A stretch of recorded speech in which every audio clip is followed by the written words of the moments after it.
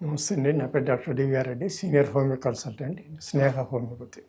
ఈరోజు మనము grey hair అంటే వైట్ హెయిర్ రావడం అనే దాన్ని గ్రే హెయిర్ అని అంటాం. మనం ఈ వైట్ హెయిర్ ఎందుకు వస్తుంది, ఎవరిలో వస్తుంది మనం తెలుసుకుందాం. ఈ వైట్ హెయిర్ రావడానికి కారణాలు చాలా ఉన్నాయి. వాటి జబ్బు పరంగా రావచ్చు, లేదా వంశపారంపర్యంగా. కొంతమందికి 15-20 ఇయర్స్ రాగానే గ్రే హెయిర్ స్టార్ట్ అవుతుంది. ఇది వాళ్ళ జెనెటికల్గా అంటే వంశపారంపర్యంగా వచ్చే లక్షణాలు. ఇది డైట్తో వచ్చేది కాదు, లేదంటే మందులతో పోయేది కాదు, వంశపారంపర్యం అనేది ఉంటుంది.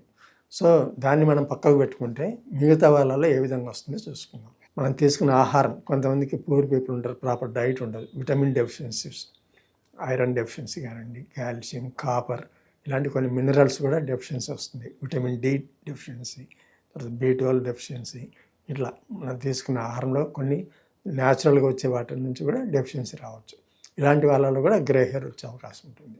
వీటి అన్నిటికీ కారణం ఎందుకు వైట్ హెయిర్ వస్తుంది అని అంటే, ఈ మెలనిన్ అనేది మన హెయిర్ రూట్స్ దగ్గర ఉంటుంది, లోపల ఫొలికల్ దగ్గర మెలనోసైట్స్ ఉంటాయి. మెలనోసైట్స్ మెలనిన్ ప్రొడ్యూస్ చేస్తుంది.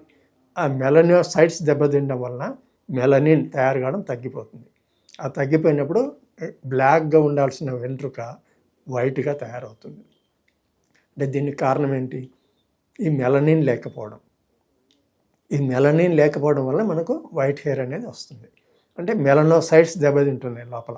ఆ మెలనోసైట్స్ మంచిగా ఉండాలి అనుకుంటే మంచి zinc, copper, vitamin D, B12, iron, ఇవన్నీ తక్కువ కాకుండా మంచి ఆహారం తీసుకోవాలి. దీంతో పాటు నిద్ర చక్కగా ఉండాలి. ఎందుకంటే మనం మంచి నిద్రలో ఉన్నప్పుడు మంచి హార్మోన్స్ రిలీజ్ అవుతాయి. కొంతమందికి నిద్ర చక్కగా పట్టదు. ఎప్పుడు 5 నిమిషాలకు ఒకసారి, 10 నిమిషాలకు ఒకసారి మెలకు వచ్చి రావడం, లేదంటే కలలు రావడం, దీనివల్ల డిస్టర్బెన్స్ ఏర్పడిపోయి నిద్ర చక్కగా ఉండదు. దీనివల్ల కూడా 50% జబ్బులు వచ్చే అవకాశాలు ఉంటాయి. ఈ స్ట్రెస్ ఎక్కువ అయినప్పుడు కూడా మనకు కొన్ని హార్మోన్స్ రిలీజ్ అయిపోయి మనకు చక్కగా చేయాల్సిన పని వంకర్ టింకర్గా తయారైపోతుంది బాడీ. ఒకటి చేయబోయి ఇంకొకటి అవుతుంది. సో ఇన్ని కారణాలు ఉంటాయి. కాబట్టి మంచి ఆహారం, మంచి నిద్ర, తర్వాత ప్రాపర్ కేర్ తీసుకోవాలి. అంటే చుండ్రు కానీ ఇట్లాంటివి రాకుండా, తర్వాత డ్రై అయిపోకుండా స్కిన్ ఎప్పటికప్పుడు కండిషనర్స్ పెట్టుకుంటూ, ఎండకు ఎక్స్పోజ్ కాకుండా వీళ్ళంత వరకు క్యాప్ పెట్టుకోవడం, ఇట్లాంటి జాగ్రత్తలు పాటిస్తే కొంత సేఫ్టీ అనేది ఉంటుంది. 50% మాత్రం జెనెటిక్స్, దాన్ని మనం ఏం చేయలేం, అది వంశపారంపర్యంగా వచ్చింది అని అనుకోవాలంతే. అలాంటి వాళ్ళు ఇంకా కలర్స్ వేయడం, దానికి సంబంధించిన అరేంజ్మెంట్స్ చేసుకుంటారు. దాంట్లో కూడా న్యాచురల్గా హెన్నా పెట్టుకునే వాళ్ళు ఉన్నారు. దానివల్ల హెయిర్ దెబ్బతినకుండా ఉంటుంది.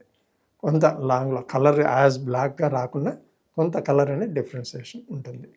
సో ఇన్ని జాగ్రత్తలు పాటించాలి. అది జెనెటికల్గా వచ్చిందా, డైట్ వలన వచ్చిందా, ఏ రకాలుగా వచ్చింది అనేది మనం డాక్టర్ని సంప్రదిస్తే మీకు గైడెన్స్ ఇస్తాడు. నమస్తే.